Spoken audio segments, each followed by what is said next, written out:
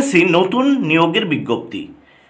এই নতুন নিয়োগে যে পরিমাণ শিক্ষক নিয়োগ হবে তার বিস্তারিত বিবরণ যেমন এই ভিডিওটিতে দেব, তেমনি এই নিয়োগে এলিজিবিলিটি ক্রাইটেরিয়া কী বা যোগ্যতার মানদণ্ড কী সে সম্পর্কে আলোচনা করব।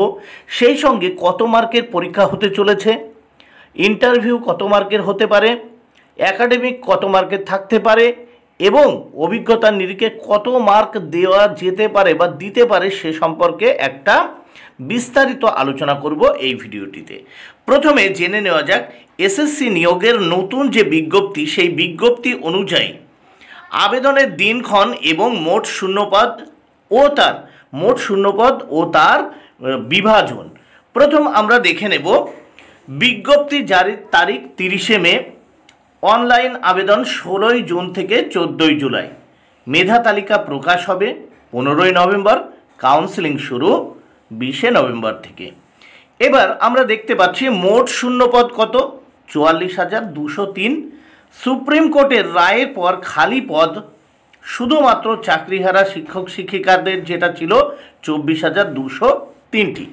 এবার অতিরিক্ত যে পদগুলো এবার যুক্ত হবে এই পদের সঙ্গে, সেক্ষেত্রে নবম দশম শিক্ষক 11,517 জন, একাদশ দ্বাদশ শিক্ষকের জন্য নতুন ভ্যাকান্সি বা শূন্য পদ যেটা ক্রিয়েট হয়েছে 6,912, গ্রুপ সির জন্য 571, গ্রুপ ডির জন্য 1000, টোটাল 44,203। এবার আসবো আমরা এসএলএসটির যে এক্সাম হবে বা পরীক্ষা হবে তার written plus academic plus interview plus experience mark সমান সমান কত, 100। এইবার আগে কেমনটা ছিল এবং বর্তমান কেমন হতে পারে সে সম্পর্কে আমি একটা ধারণা দিচ্ছি।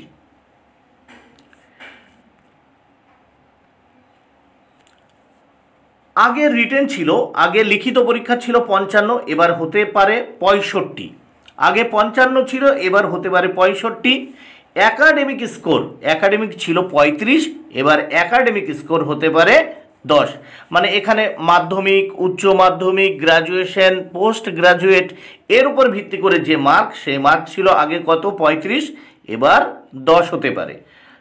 এবার আগে ইন্টারভিউ ছিল 10, এবার হতে পারে 20 এবং অভিজ্ঞতার ভিত্তিতে আগে কিছু ছিল না, এবার হতে পারে 5। তাহলে টোটাল কত হচ্ছে, 65, 10, 20, 5, টোটাল কিন্তু 100 মার্ক।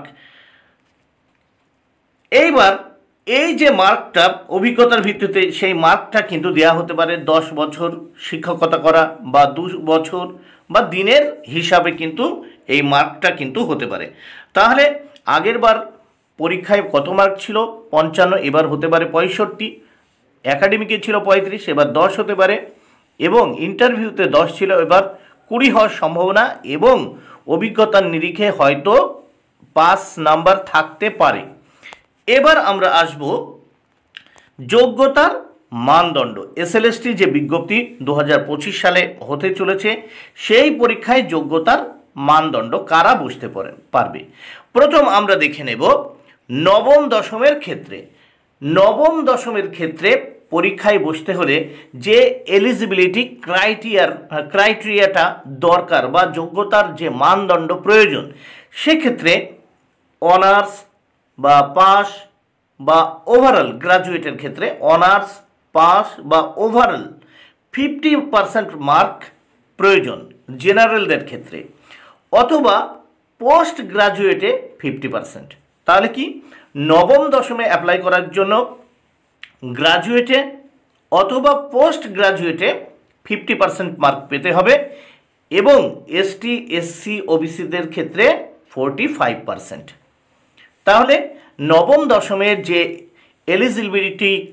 এলিজিবিলিটি ক্রাইটেরিয়া বা যোগ্যতার যে মানদণ্ড, সেই মানদণ্ড কত, অনার্স মানে গ্র্যাজুয়েটে অনার্স, পাস অথবা ওভারঅল মার্কস কত পেতে হবে, 50%, অথবা পোস্ট গ্র্যাজুয়েটে 50%।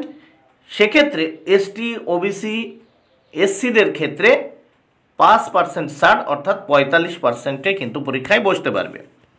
এবার আমরা দেখব একাদশ দ্বাদশের যে শিক্ষক নিয়োগ প্রক্রিয়া হবে সেক্ষেত্রে যোগ্যতার মানদণ্ড বা এলিজিবিলিটি ক্রাইটেরিয়া কি?